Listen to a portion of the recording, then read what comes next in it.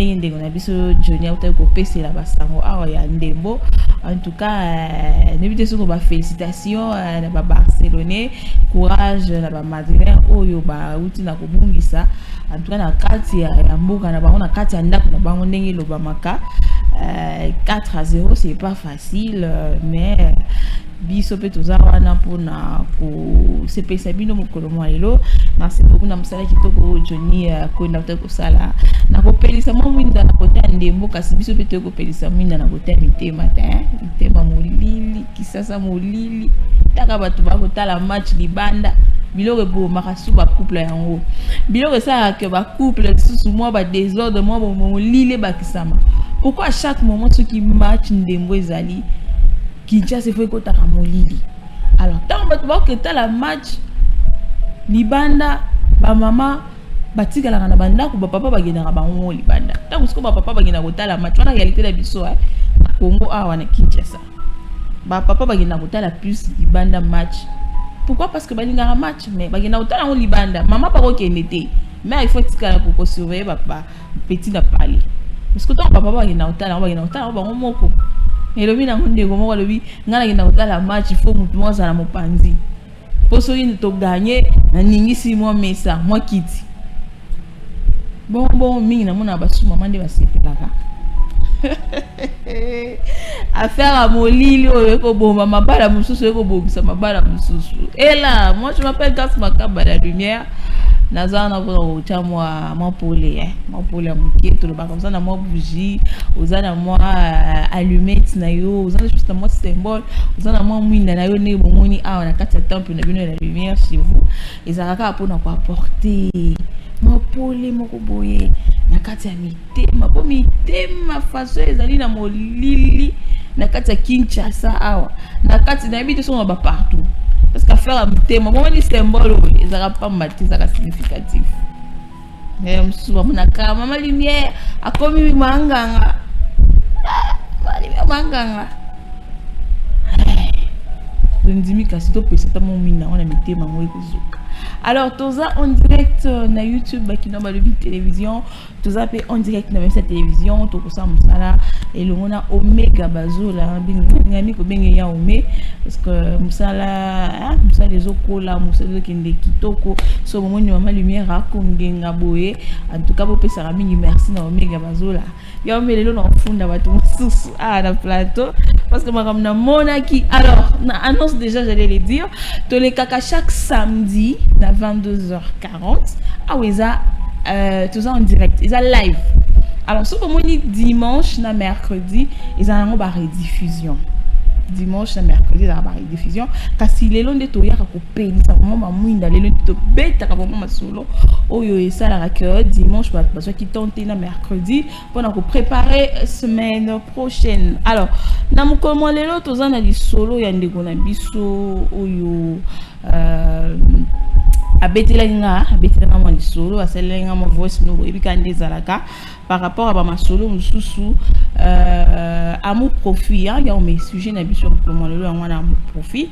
Alors na yambo to banda na sujet ya et comment couper ça moi ba maman ba conseil na ba ina banda mingi na ba maman après to ko ya ozope ba papa to ko ba na sala ba séance ba étape quoi. Amour profit c'est les sujets de la soirée bongo. Alors avant to ibana koyoka makambo onde kona biso abetela biso makambo asama makambo grave makambo molili ona kosenga vraiment lelo to intervenir eza mutu moko asala linga bisinga oh maman grâce yo expert na makambo expert na nini papa nga expert na bolingo affaire à love espère à la rater. Affaire à l'homme, espère à la rater. On se complète. Hein? Moi, dès que héritier maman ils ont une expérience té. Aujourd'hui, mon koufeli qui faut moment passe, mon qui passe. Passe, mon sous au koufeli la sous mon mon qui sous douleur sous kolekana. C'est comme avec l'amour. Tu as été dessus, tu t'es dit en tout cas cette fois-ci, na rolinga na nga li sous-souté. Eh, au vendre le bita, même les gars nous sous-souté. Donc on méga maman la déception mais la qui cité que rotingala olinga li susu kaka Alors koloba kenga na expert na experté na vraiment experté na affaire alors expert pas à la rater na makambo expert à la rater. Alors juste en passant et on met on a signalé que émission est en direct numéro est wana bo benga bino Bengi pour intervenir. Alors samedi il y a un téléspectateur moi va Paul nanga komeninga oh maman lumière, c'était pas le samedi, c'était le mercredi. Maman lumière ndeni na intervenir na dit eh papa les rediffusion na funda bino les rediffusion. Ah maman lumière en tout cas j'allais intervenir à ouf on a bien mis F rediffusion. J'allais intervenir maman lumière mais je sais pas sur ça déjà n'ambé tout sur là déjà na papa moi on va pas soigner pour poignet maman lumière ya maman ah ya ubeta masolo ya kopelisa ba mwinda yo moko da suma lumière sur alali na papa sur alali na papa sur alali na papa te est-ce que maman olala na papa eza wapi yo monyo maman lumière intervenir par rapport à ce sujet. Sujet qui tombe ma casse par rapport à mon téléphone. Faut mon papa ne va continuer à interagir pour réagir. Intervention papa continue ndenge au sanate. Alors on fait conclure les sujets on va mutuna muntu à garder bande naï à moins que azana permission parce que ça va couper au bas ça là. Par exemple téléphone moi comme moi c'est mon téléphone ou bien un petit téléphone là. Ça c'est bénité. On peut sa mère téléphone. Yo tout à l'heure on peut sa mère personne na nuit pendant 5 minutes anga na tangi la bino nano 5 minutes kaka na tangi la bino ka mon bastis mo ya miki to go sala ka avant to beta li solo personne na numéro téléphone na sim au PCP code ou changer nos codes au goga. Voilà, on avait suggéré à commencer à donner quelques astuces hein. Tobi mouli les gens makasi tout er na ba sujet tous on ça va voix surprise mais photo ba ça peu mo ba astuce hein moi ba pilipili mo ba sukali mo boye na kata bolingo e ba msusu ba bakate o ba msusu ba zangi saka bolingo zaka kate obali mo soutien na ndaku akomi ko botole bana non il y a des trucs qui fait à ce que ezongi ça ezalo kwa mafuta so la mintaba Keba ntaba ya omalia kiwana. Moni ntaba soko lambi yangu die ngombe. Elalaka. Mafuta na elalaka. Alors il faut toujours qu'on chauffe kango. Pour liango bien, il faut qu'on chauffe kango. Tiango na moto. Soko lingo reliango. Si tu avais mangé avant de remanger encore, hein? C'est nga oti na moto chauffango au liango kito makasi. Alors, c'est comme ça aussi avec l'amour, il y a des astuces. Et c'est ce que moi, pour que yanduka. Voilà les termes que j'ai cherchés. Alors, voici voici les 6 choses que les hommes aimeraient que les femmes fassent davantage. Et ça, 6 métaux qui n'étant à 4 parce que il faut te mettre un peu moins les solo. Alors, Yaliboso, on va être vraiment très brève. Donnez-leur la possibilité de ne pas être physiquement intime. On parle des hommes. Hein? Bien que l'intimité physique soit importante pour les hommes, il aimerait également pouvoir dire non. C'est très important. Dans une relation, surtout je peux dire dans ma relation, ils en ont des bandeliens. Vous êtes en couple, bolingani, papa lingio, tu sens que non, en tout cas cet homme, patati patata, on n'en disconvient pas. Mais il faut parfois savoir dire non. Papa il y a pelisa mouinda, il faut sentir que oui. Non, pour ça pelisa mouinda, mais n'a pas n'attend, il y a sa papa tout cela. N'a pas n'attend. Oh, il faut tout puisse en attaque. On peut venir, on peut se rencontrer, tout qui dans un endroit moboué, rendez-vous moboué. Mais c'est une karaté que à chaque rencontre, il faut mouiner pela kaka. Au début là. À chaque rencontre, il faut mouiner pela. Il faut aussi savoir dire non un peu. papa pas on mécano ye abi na posa peut-être au pesa no mwinda te ameki kakata là c'est mbozaka oui alors à chaque fois ce père a simbio kaka na moi lipeka boye basuki ya nzoto nyonso eteli un mot peut goûter maintenant on peut bêter mon pécard. Ce n'est pas parce que tu ne l'aimes pas, non, non. C'est juste pour la qui soit moi, vous avez moi fermement boé. Souvent la relation au début, hein. Vous avez moi ferme, occupez-moi, mon pouce au pesa mwinda mais au talika le but aux acquis au pesa mwinda bon les photos que tu as dans sous est-ce que soit à cause un peu bon bipe mwanda mon bombi karaté il peut organiser que au salé non au bombi parce que il y a pas autant là que ah moi c'est un péché là oh en tout cas momi oh ne balinga obenga asa au moins ferme tu vois asa un peu hein et c'était carrément chaque fois que la rencontre à libosoni dans le chaque fois que basé ngarayo OK na ramala non il faut savoir aussi être il faut savoir dire non juste bon féliciter moi bon pays si mon de mer qui est bon pays si mon de mer qui est belé alors rappelle-lui qu'il est spécial, c'est très important. Nos journées sont souvent chaotiques et épuisantes. À la fin de la journée, qui a réellement envie de dépenser plus d'énergie que nécessaire. Pourtant, imaginez à quel point il serait merveilleux que votre partenaire vous surprenne avec des fleurs. Ah, si on a vu la fleur, avec des câlins, avec un petit mot doux. Ça va, chérie? Comment était le travail? Ça va, chérie? Moi, je vais à l'église et toi? Donc, tu vas à l'église, vous n'êtes pas ensemble parce que on a le bilaka vie de couple, la vie de couple en général. En général. Ça va, chérie? T'as bien passé ta journée? Ça a été au boulot? Malgré que Bozan va mésentendre, peut-être Bozan qui reçoit. Mais aussi, quand même temps, il y a qu'à rappeler ton partenaire, voilà. Il y a qu'à rappeler l'homme que tu aimes, qu'il est si spécial à tes yeux, malgré que Botswanaki, malgré il y a eu des mésententes, malgré peut-être pour Bolino au pays, parce que Bando a bien été. Mais pendant la journée, même le soir, au cookie ko sale moi surprise, au lambele moi eloko bien, au alingara moi elubu, au alingara wana bien. On s'est des surprises. Au lambeli, je sais pas, on s'est dit moi surprise. Au quoi provoquer hein au kepe au vandi na coin aux éli place moi alingara wana. Botaille le bien par exemple match, né au tout les cas.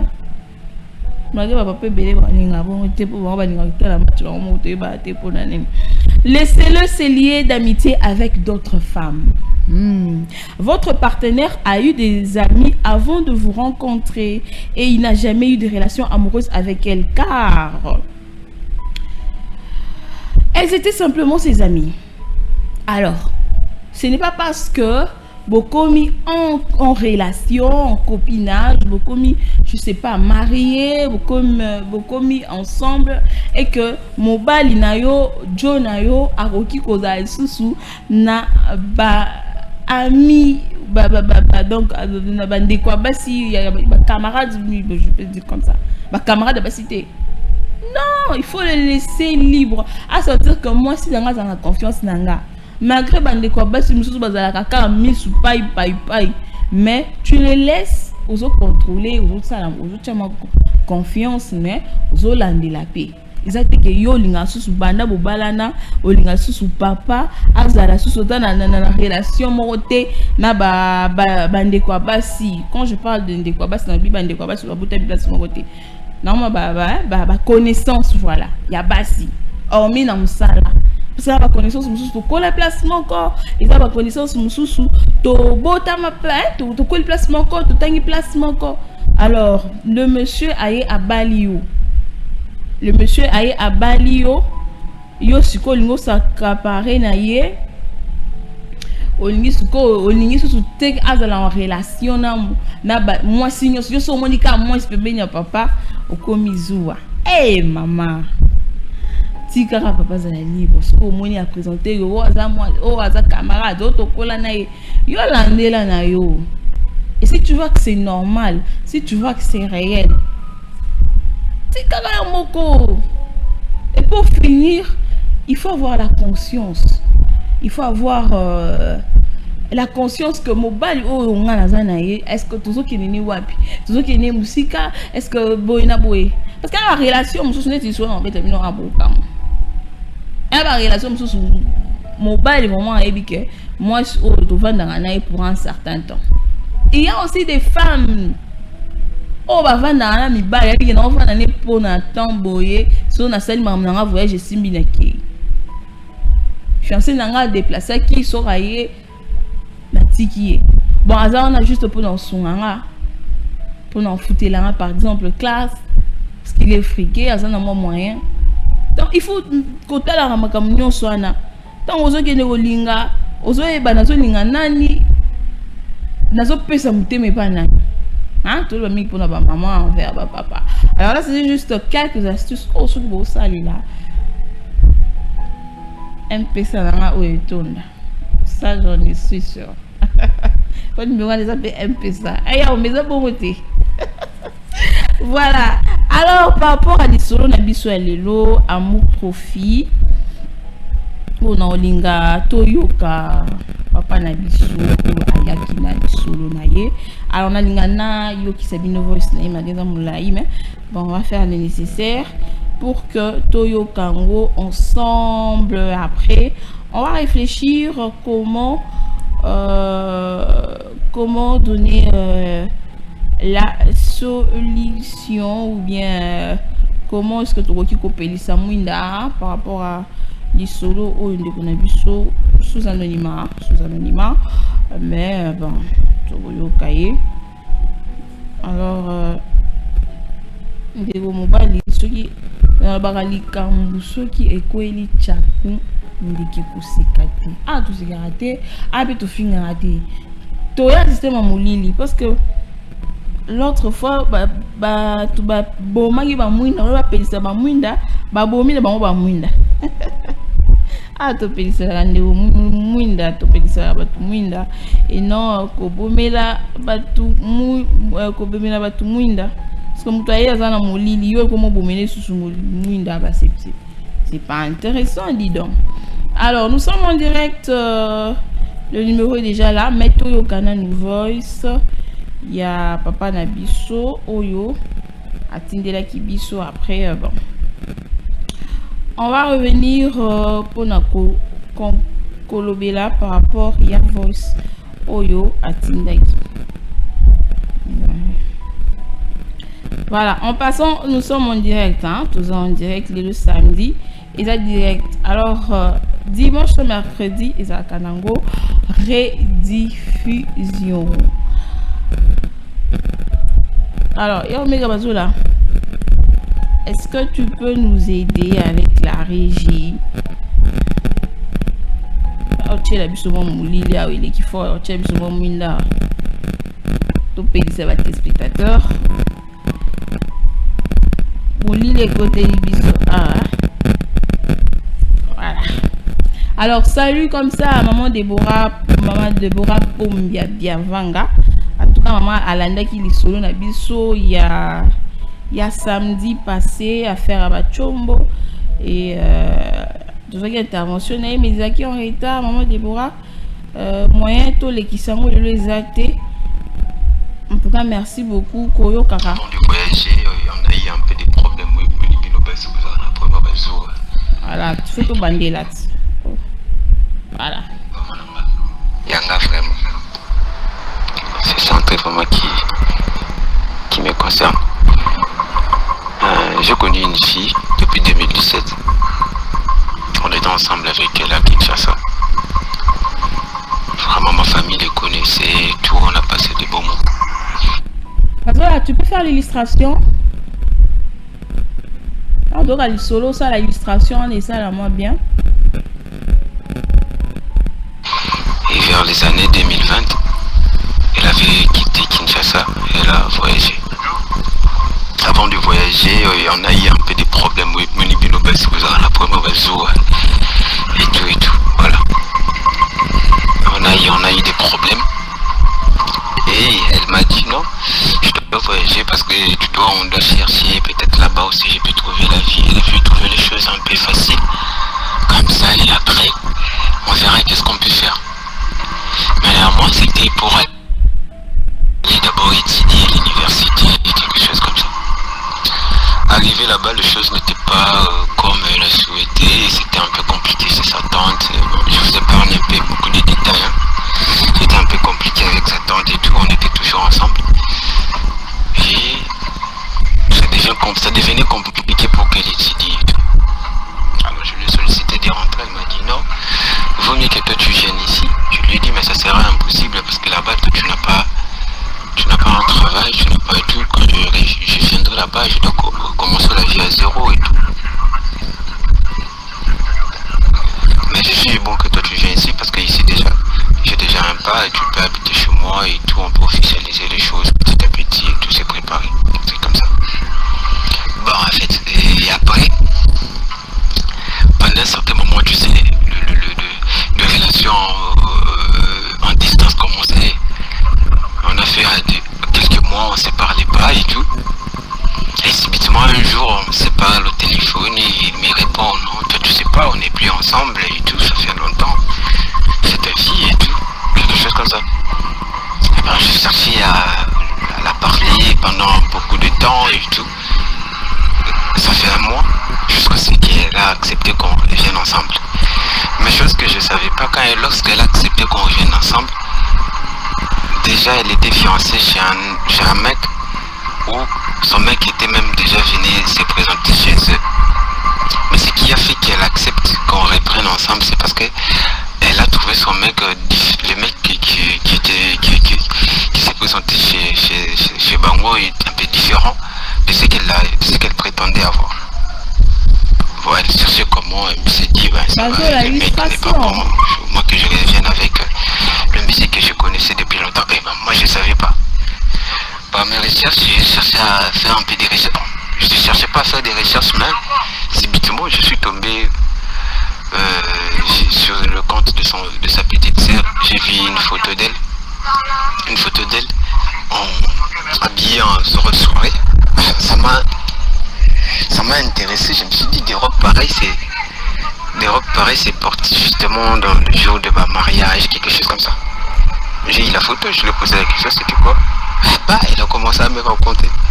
Oh non, tu vois, je voulais pas te parler. Il y a un gars qui était venu chez nous, il s'est fiancé avec moi, il s'est présenté, il demande derrière la facture et tout, mais les gars n'est pas comme je pensais, il ne fait pas ça, tu vois, et je trouve que toi tu es mieux que lui, tu vois. Moi je lui avais pas encore répondu, je lui ai posé juste la question, tu veux que je fasse quoi? Oh non, que tu fasses rien, moi et toi on est toujours ensemble parce que moi je t'aime toujours et tout. Elle a donné plusieurs explications, vous les femmes vous avez. Et après, on commençait à se parler, avec les gars, ils se parlaient pas vraiment. Mais les gars étaient dans le démarche de venir donner les histoires chez eux pour l'épouser en fait. On se parlait pas. Et à un certain moment, j'ai posé certaines règles, certaines conditions, je lui ai dit non. Moi je fais en sorte que toi tu rentres ici à Kin. Comme ça on verra qu'est-ce qu'on peut faire. Comme ça on verra comment on peut procéder dans X et Y, des choses, comment on peut faire. Elle m'a dit bon ça va et tout, moi je vais voir de mon côté qu'est-ce que je peux faire. Ouais c'est bon. Et les temps passés, je me suis rendu compte que je sais pas si c'est à tout le monde, mais je me suis senti qu'il y a quelque chose qui se passe que moi je ne sais pas. J'ai essayé de beaucoup questionner et tout. Elle m'informe, oh non, tu vois le monsieur quand il était venu se présenter, moi je ne savais pas. D'ailleurs, il avait déjà versé l'avance de la dot et tout. Il restait juste la moitié. Oh, je me suis dit mais c'est déjà le mariage déjà. C'est comme de la niveau là. Moi je pensais qu'ils étaient simplement en présentation et tout, fiancé et tout. Mais c'est comme d'ailleurs ils donnent quelque chose sur vous, mais putain, c'est comme déjà mariage. Et tu supposes quoi? Oh non, je suppose rien, on se sépare pas et tout.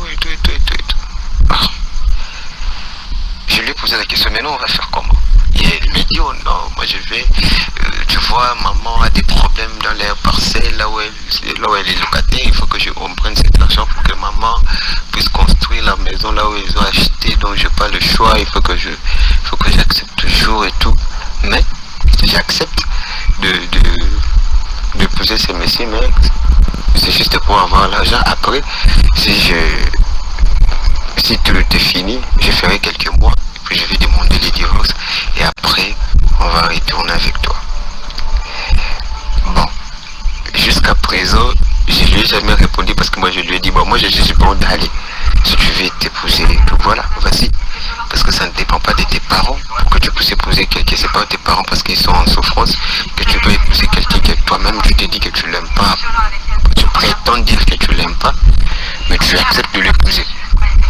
Le mariage n'est pas un sentiment, c'est un engagement. Donc voilà, moi je n'accepterai pas ça. Si c'était moi aussi, je n'aimerais pas qu'on me le fasse aussi. Donc, soit tu prends une décision de l'épouser et tu continues avec lui, soit tu prends une décision de ne pas l'épouser maintenant, de rester avec moi. Elle m'a de donner des explications. Non, je me séparais avec elle. D'ailleurs, avant c'est le mariage, je reviendrai à Kinshasa, il faut que tu me fasses un enfant et tout après.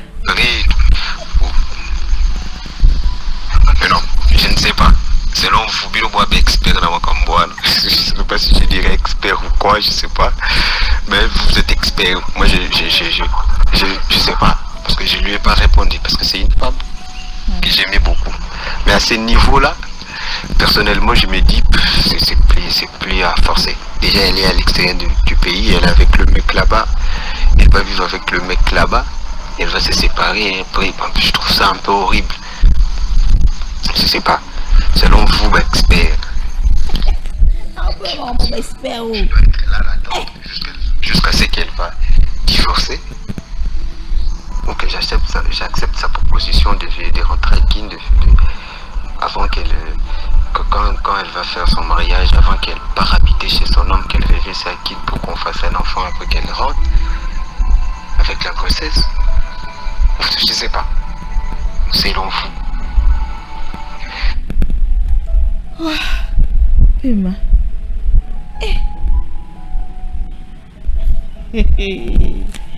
Mon Dieu.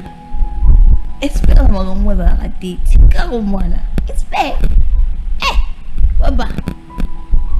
Papa il s'en a pas minda biso na biso. Espère. Mon Dieu. Je pense qu'on a tous entendu hein. Alors on a poussé là le bango na moninga là.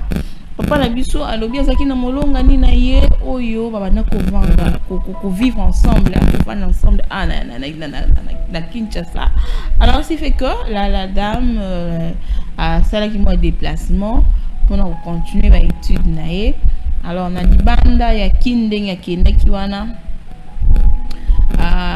zaki na ba difficulté ya kotanga ba kokoso alors comment il y a difficulté avec ça kutu mobali na ye copain na ye que non il y a ka kutu na mboka ngo awa moi pas komi place na ndo vande komi moi pas si patati patata te boyoki. Alors mobali aboyaki le militaire zonga na kina on to continuer vie na biso ne to bandaki. Alors, et ça, moi, temps et belé, moi, si azora sous moi, c'était le téléphone, bayo, babé, on a soutenu le amour à distance, à n'engezalaka. Alors, on a revu moi, temps, on a mouké, on a basolo la kate, bayo, on a kate, nous avons, moi, si nous avons déjà un engagement, na mususu. Comment il y a un engagement, na mususu, comment il y a déjà un molong, ni mususu, oh, yo, ayo, on a ba photo, na moussé, ayo, on a déjà ba photo que, à cela qui moi, ouais, les qui n'a posté qui moi robe, moi, il y a là, il y a manifestation, il y a soirée. Effectivement, il y a ceux qui révisent à d'autres, quelque chose comme ça.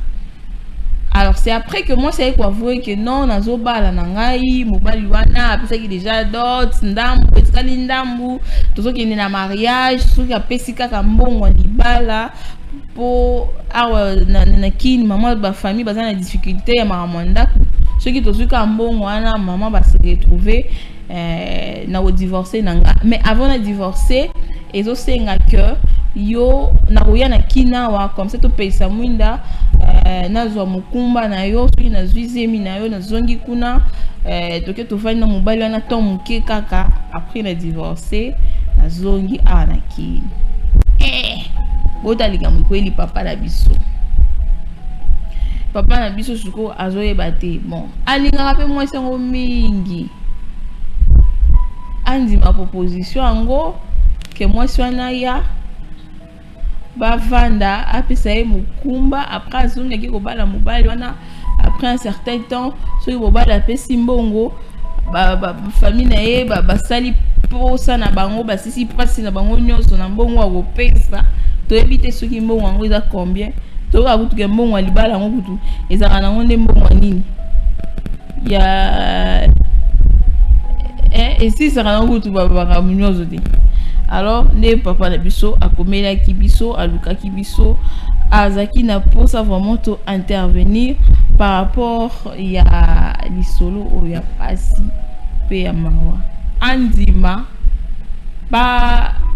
andima kopesa mwasi wana mokumba avant abala ou bien azala juste ferme en disant non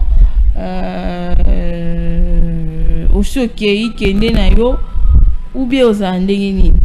Alors ndeko moko komeni awa maman toza vraiment na souci ya match donc papa wana aza mama ofingi susu avec celui ofingi to bando kotisa molili papa lui toza na souci ya match mobile wana aza vraiment moyen ata mobile te donc asala oyo mobile asalaka donc lelo nayebi lelo bamadrina lelo so baolala ndenge nini bosusi bopesa moninga mwinda te botika bajana ko otika bajana mama mobali wana vraiment aza mobali te pona nini mwasi akoki kokosa ye ti na niveau wana. Voilà, merci beaucoup. Mobali te eza bolingo alingi mwasi na ye alors aye pour que to pelisele mwinda andima kobala andima kopesa mwasi na mukumba après aki abali mobali mususu après azongi lisusu a divorcer kuna aya azongi siko bango ba continuer foyer na bango ou bien atika ka mwasi mwa kendi bongo parce qu'il se dit que mwasi wana pe alingaka ye mingi. Oui, bonsoir madame. Bonsoir. Nalo papa razonga na mwasi wana pe. Papa razonga wala mwasi ando ta kobonisa ye atika ye atala bina ye. Opesi kombo te mama. Merci beaucoup maman pour na maman déjà bandi boué c'est grave hein. Sikoyo papa lobi alingaka mwasi yango makasi ya kota eti na mikuwa plus problème ezandi ya mwana alingaka mwasi yango makasi sikoyo andima kopesa ye mukumba donc aye bazuika mwa limite bapelisi mwinda mère azongi abali mobali mususu supposons après 6 mois à 5 divorce ayesko na kinawa babalani c'est compliqué cette affaire. Allô Mama alobi mwana na bakopota. Mwana na bakopota akozala mwana nani? Mwana na bakopota wana ezalaka te azo échapper atika. Merci beaucoup maman azongi biso alobi mwana na ozala nani ozala mwana papa ati parce que supposons que papa lobi andimi na ye apesi mukumbana teka azoya na kinawa bakalkile barègle badate banini nyonso bapériode ekweyi bien bon azwi siko mukumbana après azongi lisusu basi baza vraiment bandoki pona nini konyokola moninga tina niveau wana aza vraiment mwasi mabe basi baza ebele na Kinshasa nzoka mibali pe batulaka mwana mobali oyo eza nini vraiment alukanga na numéro maman pesi numéro ce qu'on a invité sur les arbres maman bon na ozongela na le message aussi alukaye mon Dieu What's comme ça ko pesane ba mwinda voilà toya mandi na biso voilà il est parti alors papa insister kaka faut insister au benga alors ndeko alobi alukaye na numéro oyo siko numéro ngo yo mais na pesa numéro ngo allô allô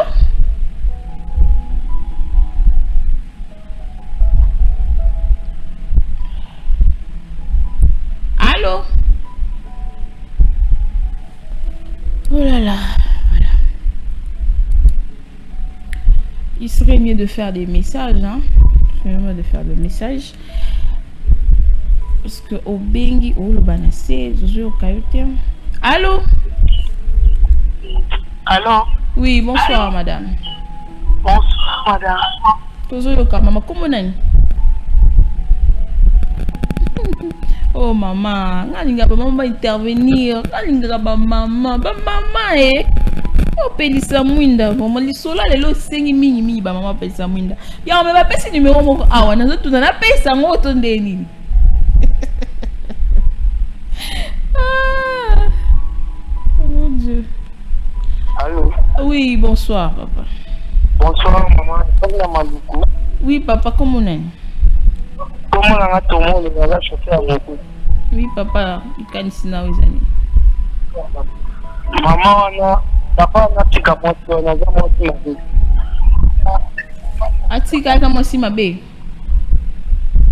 Atika ya luka moto. Za moto mabe ya ngomi. Luka moto nshi.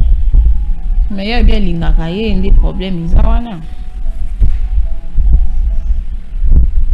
Alingaka ye ye moto ndingi etu. Ya lini moto za bodi na moto. Atika moto.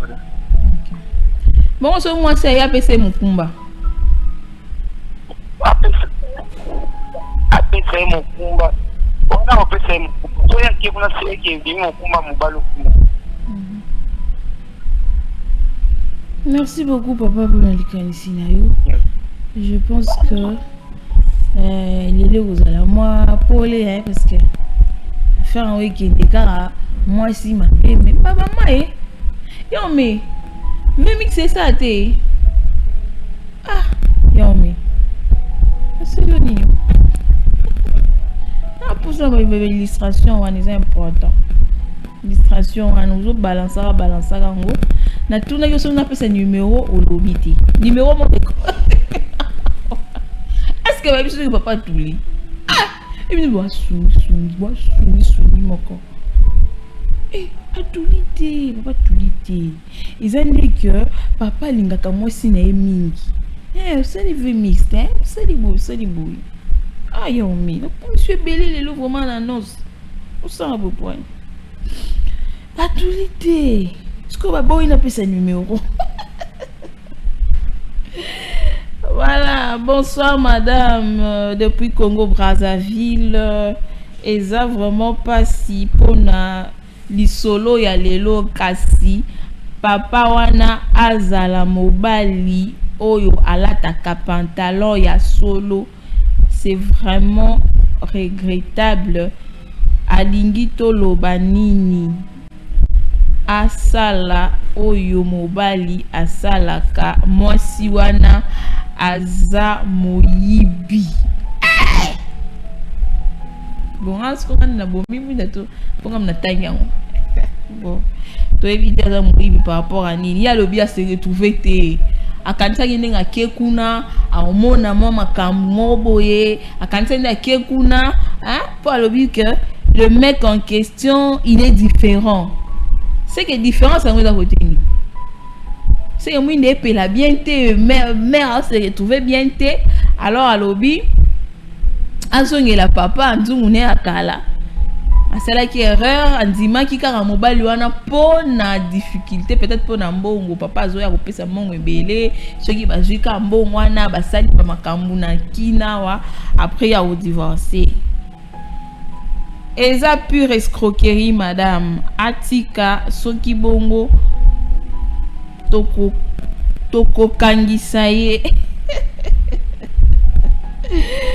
Mon Dieu, toko kangisa ye. Est-ce que mobali na yo alingi ye andimi ba kangisa ye? Andimi ba kangisa ye. Oui, nous sommes en direct, vous pouvez intervenir hein.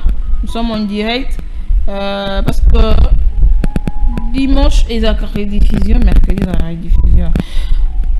Message pour le côté. Divorce et Zouakaton. Bonsoir à la famille. Attends. Salut maman, c'est quelqu'un depuis Kinko et la Nina Tunaboye. Soki Olingi moi. Zéla papa. Yo, comment tu n'as pas mis tout là? Allô? Oui, allô? Bonsoir. Bonsoir. Oui, papa, comment on est? Bonsoir. Bonnie. Bien, papa. Dis-le volume à TV.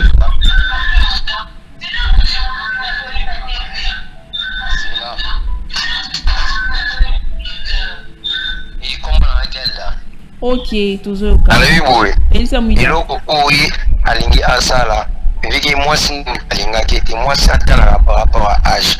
Parfois il va nous laisser la moi c'est déjà âge. Il y a moi ça c'est décision sous. Il y a moi qui le simba qui il aura une atika ou ceux qui zalaki par exemple il n'a pas permettre à monter moi ça dit qu'ils ont moyen qu'il n'a pas atika ka et je tellement il va pas en été moi c'est mais le problème est que moi Sinda zongeli les sous je wana kosae azoinga po affaiblir ya mutema kiti par rapport à l'autre sali moi il assemble azo kosae atika bon so proposition à Mokumba je atiki loko wana asana ngote ils ont envie soit sali yango en réalité ba mite bolingo solo ta kosio bo so tango ko chamona ndio ndima kano koma tika. Voilà, matondi mingi papa. Soki bo bengi, bo jimlaka ba volume ko. Tolo bandenge nini? Soki bo bengi o dime volume à télévision na yo, oyo ki retour na chombo na yo. Makele lana ezo sala kitoko te. Voilà, message me côté la mlayawa.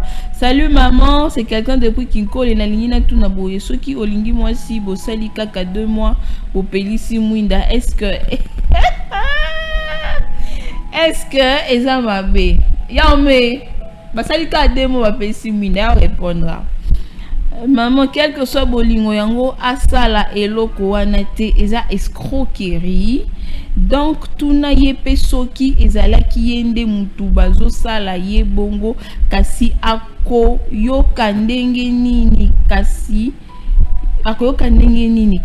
c'est de la part de monsieur Dongo olinga kaba maman ba pedisa mwinda me ba papa te divorce ezwakatan kasi azui mokumba eko yebana kaka malinga papa bapesa mwinda awa makasi mona sibenga ba mama parce que nabi kende papa bapesa mwinda ba mama baza pembeni bopesa pe ba mama bapesa mwinda alors yombe bapesi basalika 2 mois bapesi mwinda za mabe bon suko mwinda ntango bopesa yango bokena ndeni bokena poso na poso faut se protéger dans le temps parce que minda déjà 2 mois bo parce que minda bon to le bite que ba relation nyonso oyo tolinganaka toyebana ba état na biso tokita ba. Certes il y a des hommes oyo ba conjointe na bango ba copine na bango na ba hôpitaux batala nanu bango ba banda kopesa ba mwinda mais ba mususu baza alors koso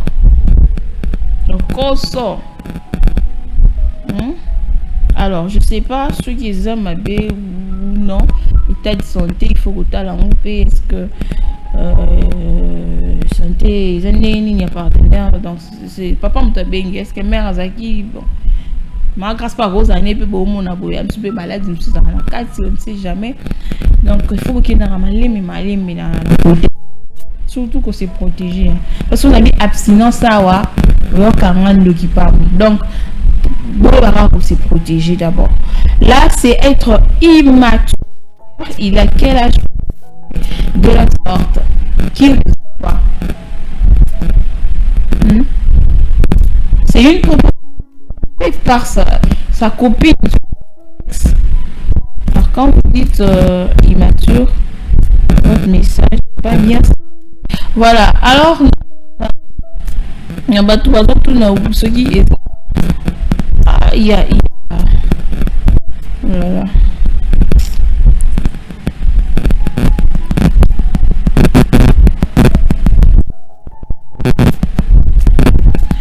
Voilà, on a un petit souci avec le réseau. Maman qui gêne à Brazzaville. Salut voice, hein? Voice. Tokoyo Kayo, ça la voice. Bonsoir madame depuis Congo Brazzaville. Ah, c'est monsieur Vincent. Abali Baba. Moi si Alinga koto mai ezo à moi si Alinga côté mai ezo chola donc papa wana soki azana bolingo ya moi si apesaye une seule chance apesa chance oh ah bon apesa chance ok en tout cas c'est la première personne où à lobby va pesa papa chance va pesa maman chance parce que à mon côté peut-être ma les autres là à côté on avait des à mon isco voilà bonsoir maman comment ça va oui je vais bien merci et vous bonsoir maman est-ce que c'est en direct oui nous sommes en direct mobali oyo vraiment aza mobali yako pelisela ye mwinda te maman lumière moi si azolinga yo te aza kaka na bolingo ya mbongo soki abali aye na kini oza na mbongo te akoluka mosusu oyo aleki yo. C'est Davina depuis Massina. Ah, bandi kuna biso Massina vraiment. To pesi bino bambo tebele hein, bande konyoso ya changu kaka. Côté omega bazola bimilaka. Bozaka vraiment ebele hein. Bon intervenant vraiment ebele. Alors ça la biso plaisir makasi. Alors vous voulez travailler en partenariat avec cette émission, cette grande émission, La Lumière chez vous, c'est la produit na yo mwinda. Olingi topeli c'est la je sais pas entreprise na yo mwinda contactez maman lumière to so la kitoko ba mwinde opela o sepela makasi tozana pona bino maman lumière est-ce que vraiment mobali oyo voilà mobali oyo aza vraiment mobali Osuyi kawana. Ada mobali, we can voir mobali. Ada mobali. Ada vraiment mobali, papa ou maman. Pourquoi au bon? Ça va tu ma voice. C'est mieux. Parce que y a ma voice. Connexion iko. Ben iko molili, connexion inakota molili. Connexion inakota molili. Donc c'est mieux de laisser les voices. Ah bazola. Oh. Kasiko. Bonsoir maman, ça va? Je suis très contente de vous. Merci beaucoup.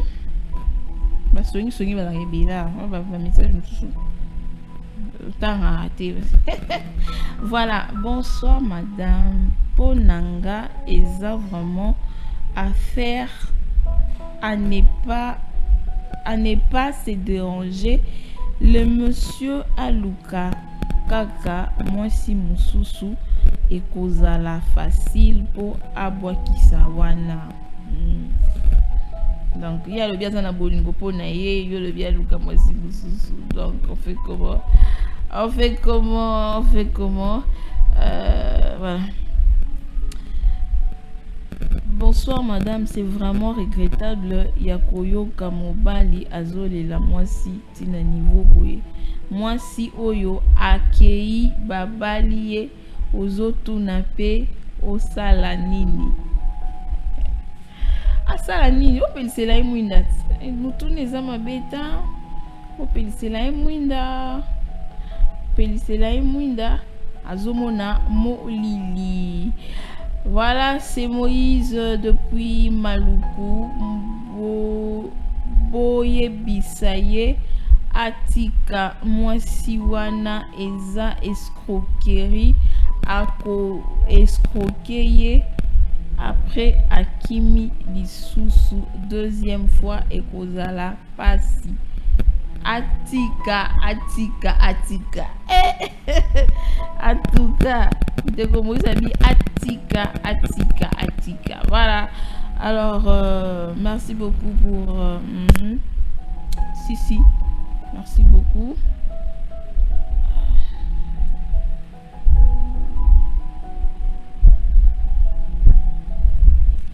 Allô?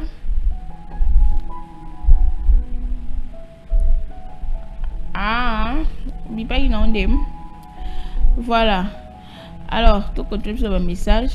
Bonsoir madame, c'est vraiment regrettable. Ah non, ça j'avais déjà lu. Maman pona nini mibali bazalaka bongo. Soki mwasi azo tungisa ye, azo linga ye kaka. Me biso basi soki tolingi na bolingo ya solo ba négligaka biso. C'est vraiment compliqué. Atika mwasi wana aza mabe. C'est vraiment important, hein? Maman lobi mibali bakendaka ka côté o bazo nyokola omoni côté wana azomona molili makasi, il s'accroche. Bonsoir maman, sala moi résumé na bandi kolanda émission sikoyo. Pardon, c'est Makaya nga bazo bisanga kuna tensili yo lo bana se sous résumé.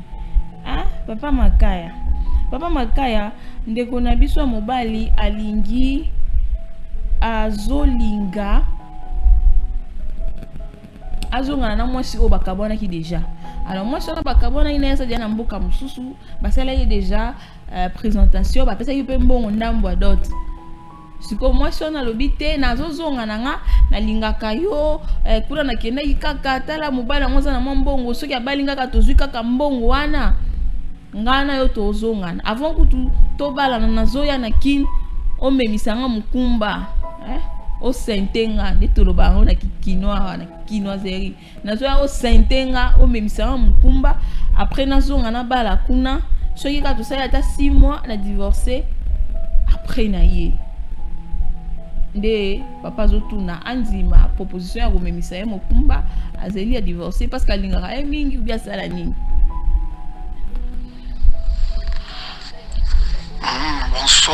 Bonsoir Maman Lumière. Ya Martini voice nangai en direct ya South Africa. Akata Afrique du Sud. Ya mazolanda émission na yo. Ngagina lubakaka surtout pona basi surtout ya kin bazana patience te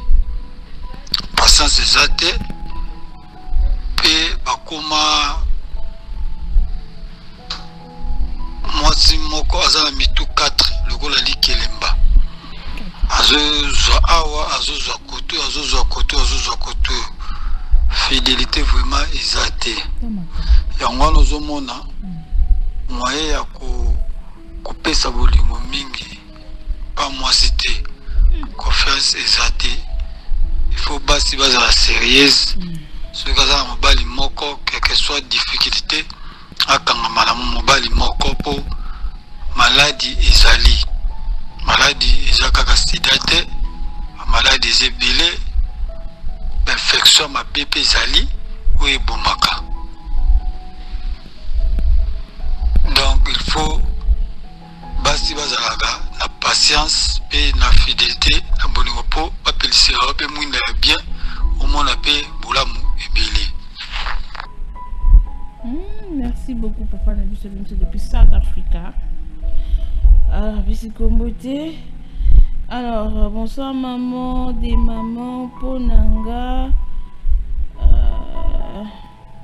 Bonsoir, maman, des mamans, Ponanga, Nalo, Biboye, Bolingo, ya, forcé.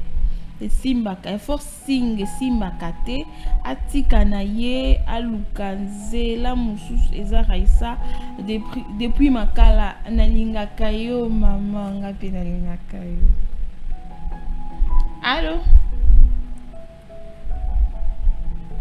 Ah maman raisa abi nalingaka ba maman bapesa mwinda ba papa te papa bapesa mwinda makasi awa.